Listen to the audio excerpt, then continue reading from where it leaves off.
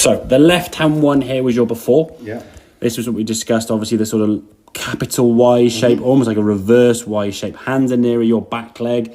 The ball is a bit too far back in your stance. And as a result, your left-hand grip is what the terminology we class as a weak grip. Yeah. Weak is that way, strong is to the right there, okay? Right, Doesn't mean weak as in performance or pressure, it just, that's the term. Because it generally results in a weaker shot to the right, whereas when your hands turn more this way, it gives a stronger shot to the left. But we got to try and fix that. When you try to change your grip in the past with the hands back there, it felt bloody awkward. You couldn't move your hand over, so it felt really, really like weird. Your arm feels like, where this doesn't feel natural, and then your shoulders shrugged, and now you try to keep your head down and all that jazz and stuff. So if we can just start off, I always try and get people to start with their feet together. It just takes away the sort of setting of the feet, and just get a straight line there, as you can see, down from your elbow, shoulder to elbow, hand, and the club shaft, And straight away there, you can see now your left hand is going on the club differently. Your right, you can see your thumb now is right of centre as you would look down, okay? There's more of the logo showing, okay?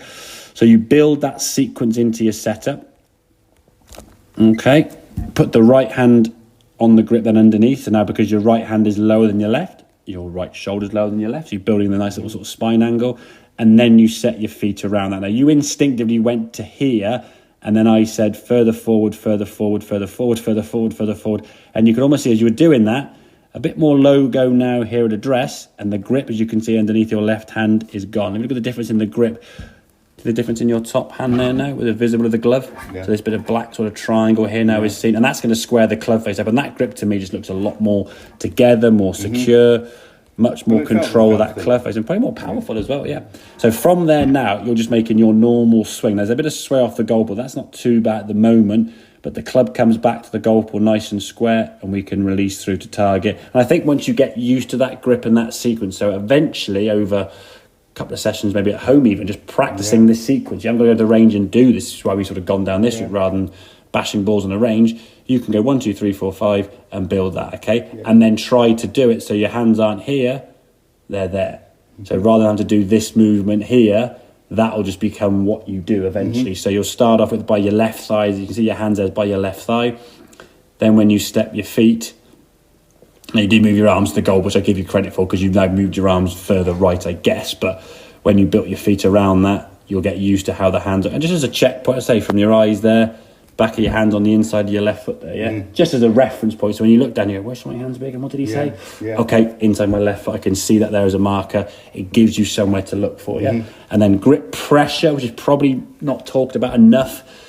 The grip on that right thumb needs to be the same pressure you would be as if you were just meshing on your phone.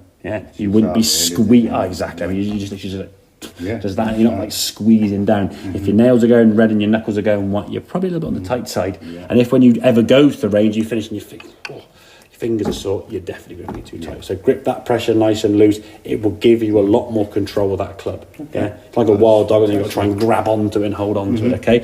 So I would say from you going forward, work on this sequence and setup and getting that hand position better to the point where you can't not get it right. I think the next session we'll look a bit more. Maybe did some work with the 3-wood there anyway, and some good shots were being showed, so we can transfer that through the bag. Definitely got to look at putting if the putting's an issue. But for me, there's no point being a really, really good putt until you can get. If you can't get to green in the first place, that's the next stage. Again, we can look at that. It's 10 weeks in. So Exactly. And again, what we try to end up is saying, okay, if we can say, you can just two put every green, your scores would be coming down 18 shots by the sound of things. So suddenly 111 becomes a sort of 93 or whatever. So we got a chance of getting that score down a lot quicker. I'm not going to be a Rory McIlroy. But the thing is, if you can beat and the bit I've hit, and it actually happened. I was badgered into going. Badgered. And I borrowed a set. And it was I said, fuck it, I'll come. Why not? I'll check you out. Spare space. Okay. And I hit